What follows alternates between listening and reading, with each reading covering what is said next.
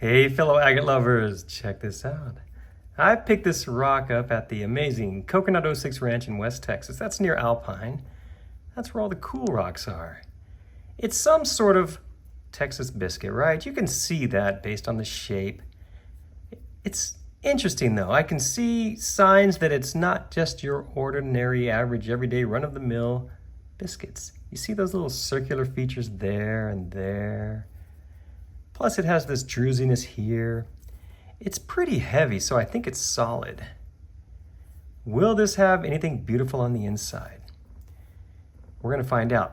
And depending upon what it looks like on the inside, we're gonna either do a cut and tumble video or a cut and polish video. You see, if this thing is beautiful on the inside, we're gonna go ahead and polish both halves, make it as shiny as possible. But if, on the other hand, it's sort of a dud on the inside, well, heck. In that case, we're gonna do a cut and tumble video where we take both halves and tumble them until they're smooth and then get the whole thing polished. Let's find out, is this going to be a cut and tumble or a cut and polish? Follow me into the shop, let's cut it in half, and then we'll figure it out together. And now it's cutting time. Let's get on the 10-inch saw and cut this sucker in half. The cut's finished. Okay, clean it up and let's take a peek. Did we get a good one? Ooh. You saw it get cut, this interesting looking agate nodule from West Texas. What did we find on the inside and what are we going to do with it next? Let's take a look here. Ooh. Wow, that's not what I expected. A lot of voids in here and some coarseness. Yeah. So I'm not sure, even after cutting it, what I want to do with it. Let's take a look at this thing wet and see if that helps us decide. There, now I've got it wet. Does that help at all? Well, this one's a challenge. I could face polish this. I just don't know if it would take a great polish. You see all that?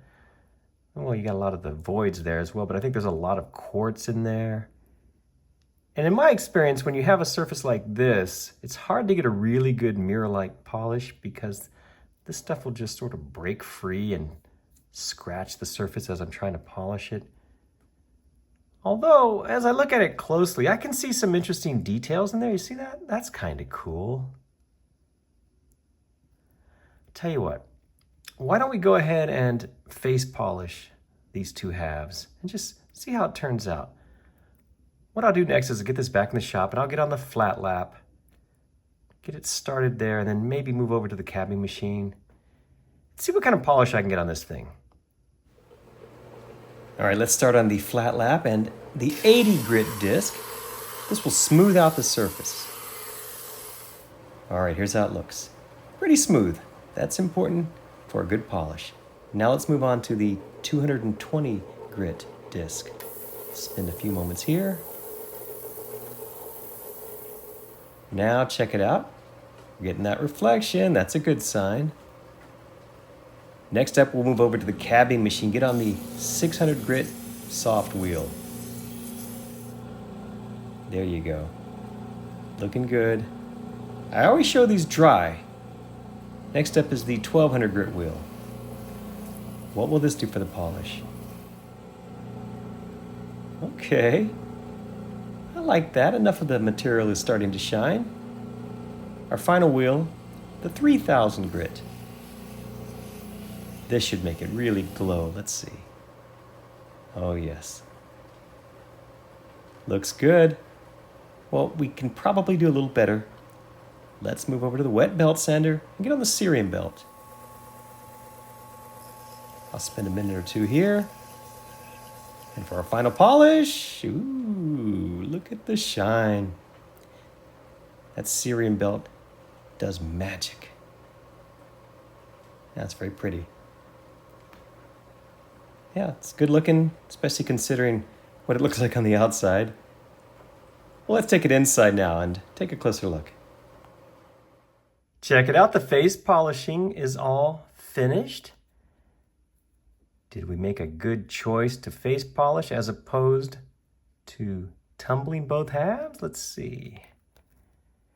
Ooh, well, yes, I think it looks pretty good. If you look closer, you can see little scratches in the chalcedony. That's due to the little bits of stuff just breaking off as I'm trying to polish it.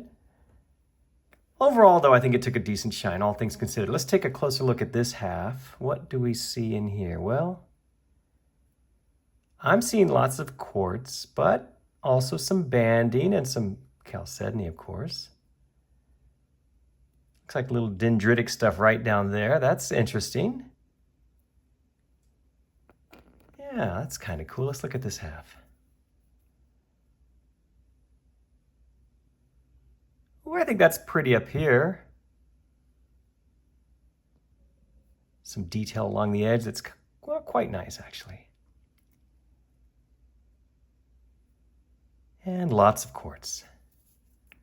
I think we made the right choice, just face polishing this. I don't believe these two halves would have tumbled particularly well.